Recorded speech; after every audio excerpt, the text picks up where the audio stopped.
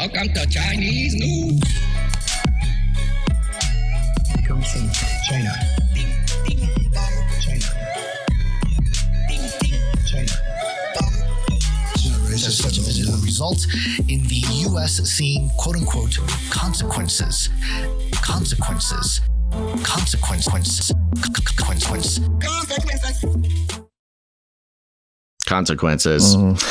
So Pelosi, she's doing her thing, man.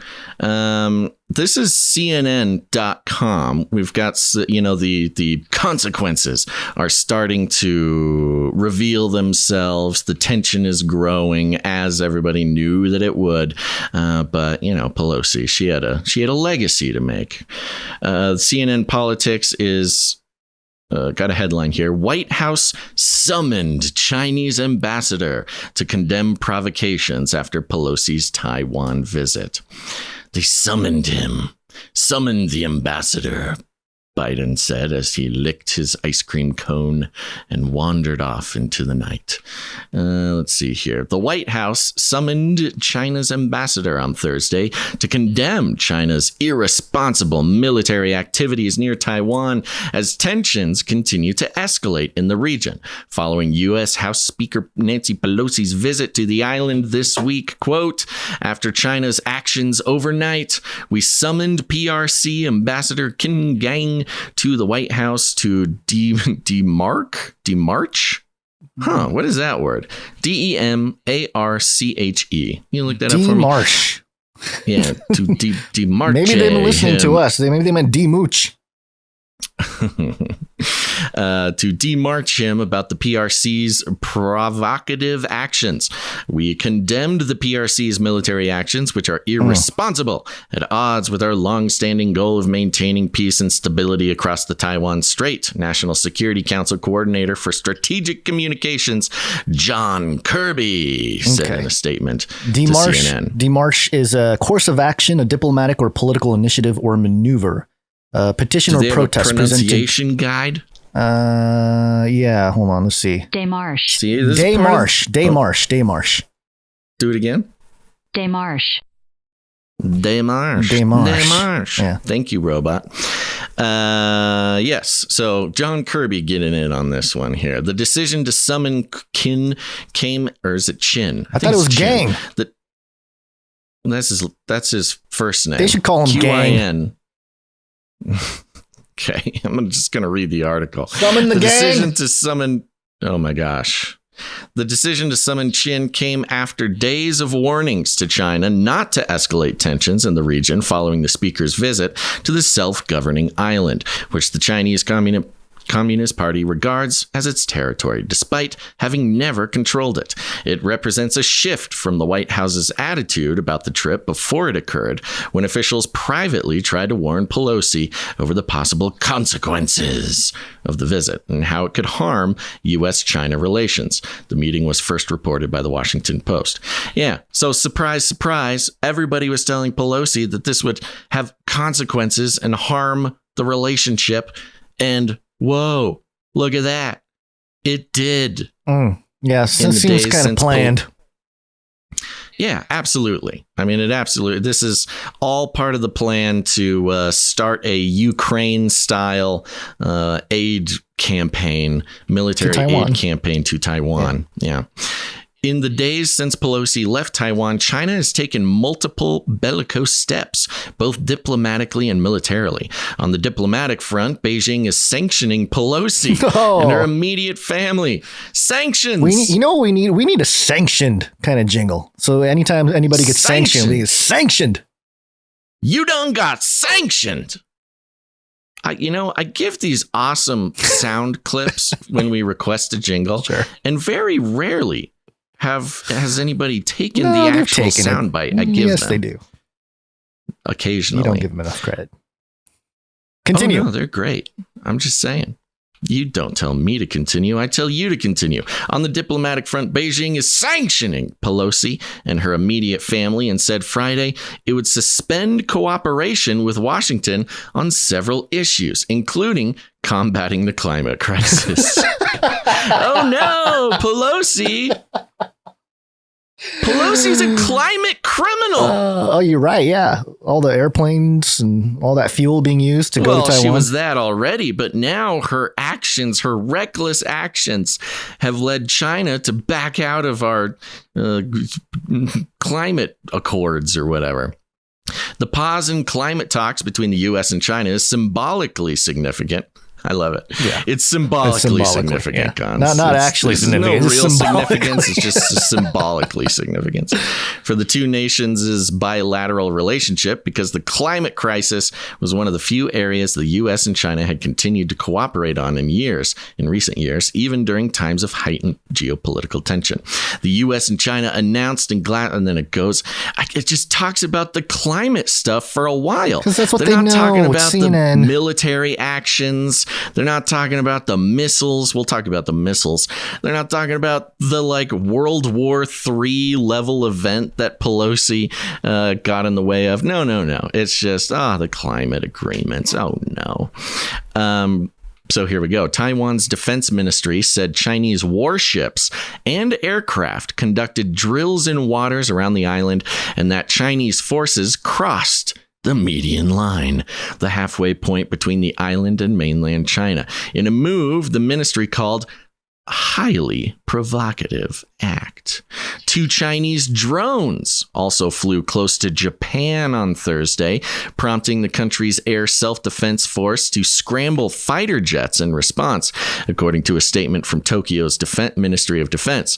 Kirby said the White House told Qin the U.S. does not want a crisis in the region, and reiterated that there has been no change in the U.S.'s one China policy.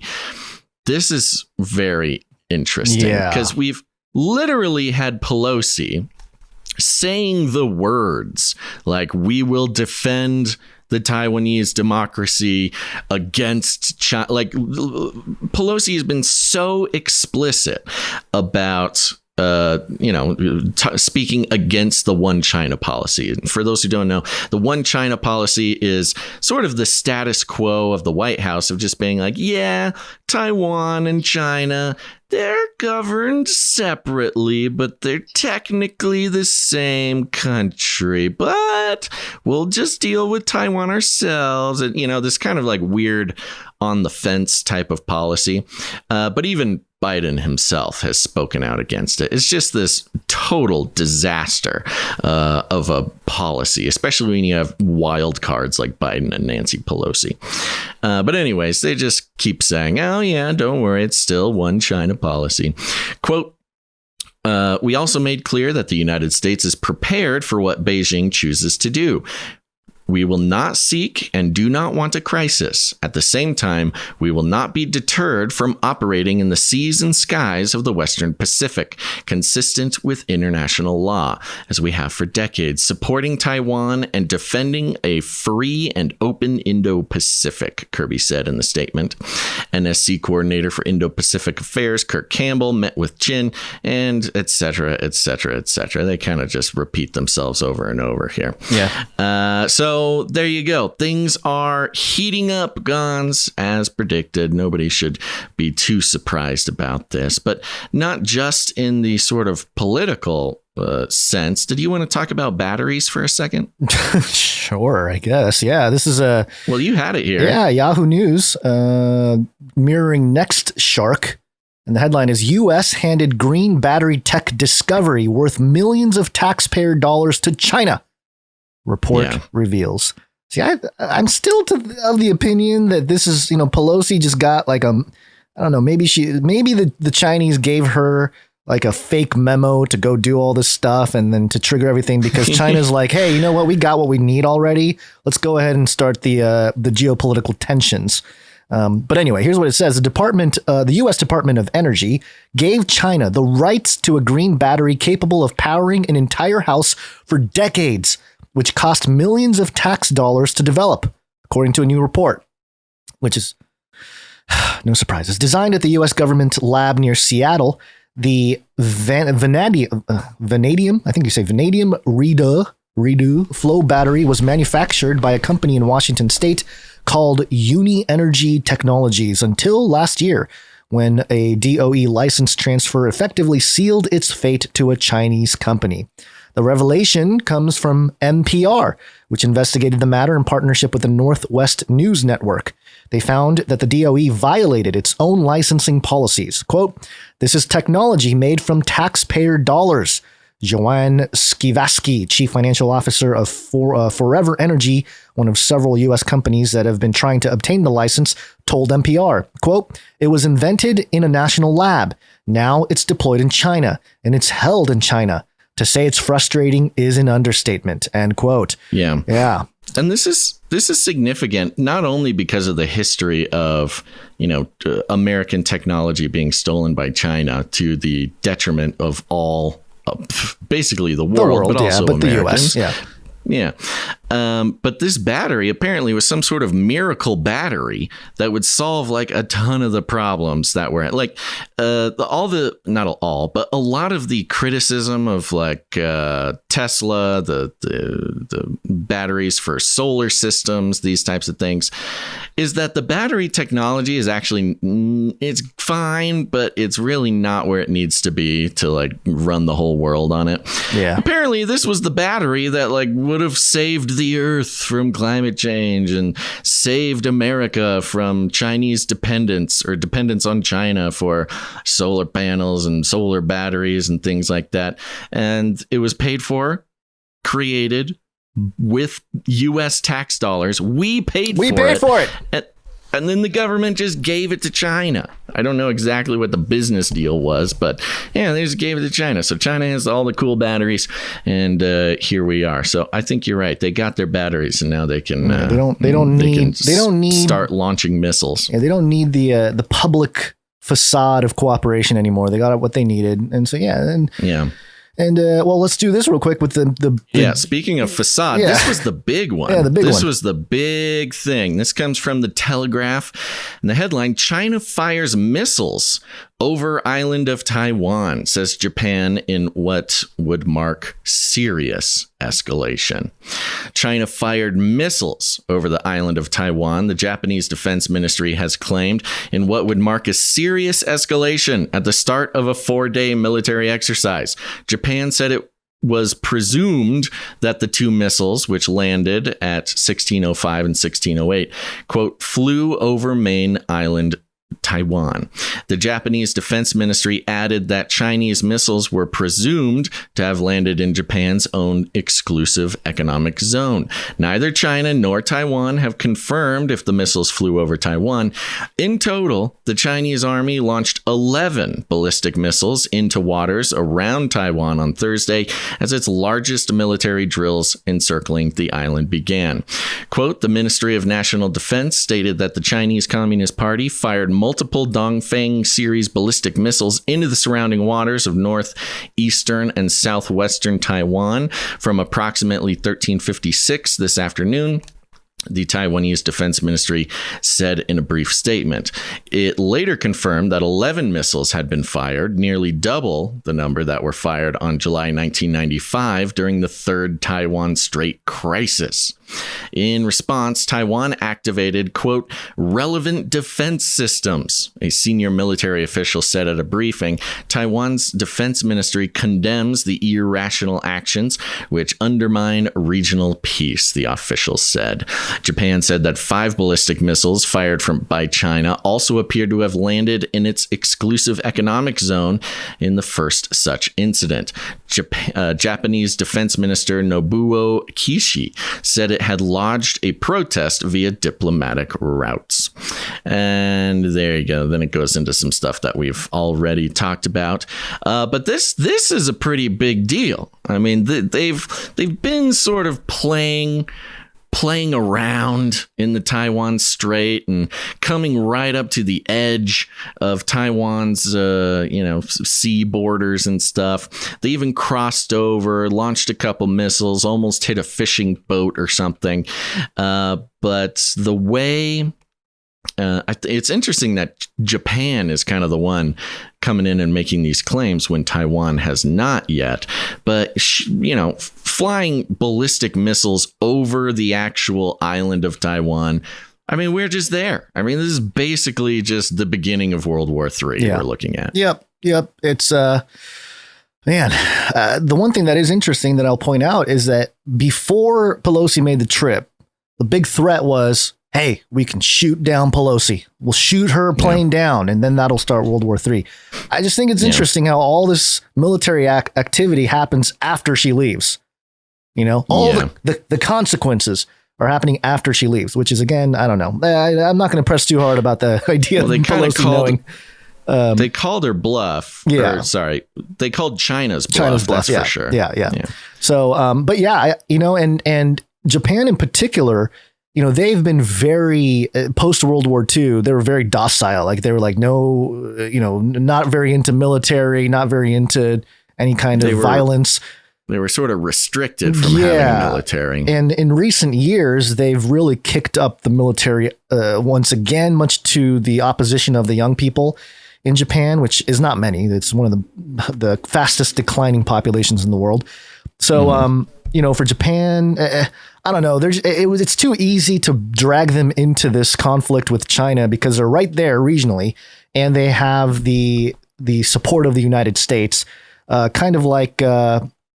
I don't know. I'm trying to make the Ukraine connection. What's a country that kind of borders Ukraine that's part of NATO or something? What, Poland? Or no, Poland isn't technically. I forget now. Now I'm losing my analogy. I think Poland is NATO. Okay, so it's something like that where it's like, oh, if you mess with one of ours, then we're gonna intervene, kind of thing. So, yeah, I don't know, man. I think the sanctions on Pelosi are the most fun part. I don't know exactly what sanctioning Pelosi means. Because that's, you know, and I don't know if this works so well with your theory, you know, because we, of course, have a problem with U.S. politicians having business interests in China. Yeah. But if they're sanctioning Pelosi, they're kind of being like, oh, sorry, you can't do business with us anymore. Well, they don't need her anymore. Of course they don't. Yeah. Does she need them? Maybe.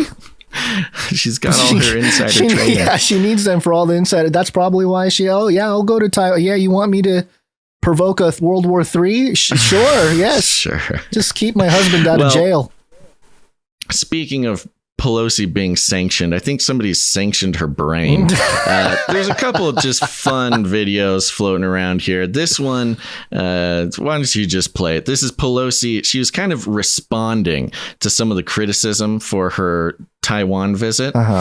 And this is part of her response. I said at a meeting earlier with the parliamentarians, in our earliest days of our founding of our country, Benjamin Franklin, our presidency, said, freedom and democracy. Freedom and democracy on one thing, security here. If we don't have, we can't have either if we don't have both. So, security, economic, security, economy, and again, they're all, and governance. Autonomy. They're all related, and we want Taiwan to always have freedom and security, and we're not backing away from that. Okay? What is she talking about? What in the world Security? Is she even saying? There's democracy, and then there's freedom. And then, first of all, she references Benjamin Franklin and calls him the president. Yeah, the presidency of Benjamin Franklin's presidency, which he was a secret president. Everybody knows he was a secret president. Come on. No, he was never the president. Apparently, maybe he was a secret president that only Nancy Pelosi knows about. Right. So, but I mean, that is outrageous. I mean, that's the kind of thing that like a man on the street from like a late night show or like a YouTube show, you know, they'll ask somebody on the street, was Benjamin Franklin a president? And, you know, people will say yes. And you're supposed to laugh at how stupid they are or whatever. That's the Speaker of the House who is taking using her own liberty to put the world at risk of World War III for seemingly no reason. The quote she was trying to quote was, those who would give up essential liberty to purchase a little temporary safety deserve neither liberty nor safety. But she had security, think she had economy. Yeah, I don't know where the economy comes in. She's thinking about those NVIDIA purchases that her husband had to sell off because everyone was calling her out. This is really, really disturbing to me. I mean, come on. After I read that NPR puff piece on Pelosi last episode, I was ready to be proud of her, and then this happened. Sure. But apparently, this was not the first time that she's tried to pull out this quote and completely butchered it. She did it in 2018. Yeah. Let's play that clip. Benjamin Franklin said, "If we don't fight for private security and freedom, we won't have either." I want to particularly thank our ranking member on the Intelligence Committee. If we don't fight for privacy, going across the country, honoring our Constitution. You can end this if you want. She kind of just goes on. Yeah. So she apparently has tried to make this quote several times, and she just can't quite get it right, which I don't think comes as a surprise considering the way she's, the types of policies that she is fighting for over there on the Hill. Yeah. Well, this is our leadership right now in the country of the United States. And if you're outside of the country, pray for the United States. Yeah, we're in trouble. We've been in trouble for a while, but this is you're inside the country. You need to pray for the United States. True. We are in danger on so many levels. Yeah. Okay, that's all I have on Pelosi.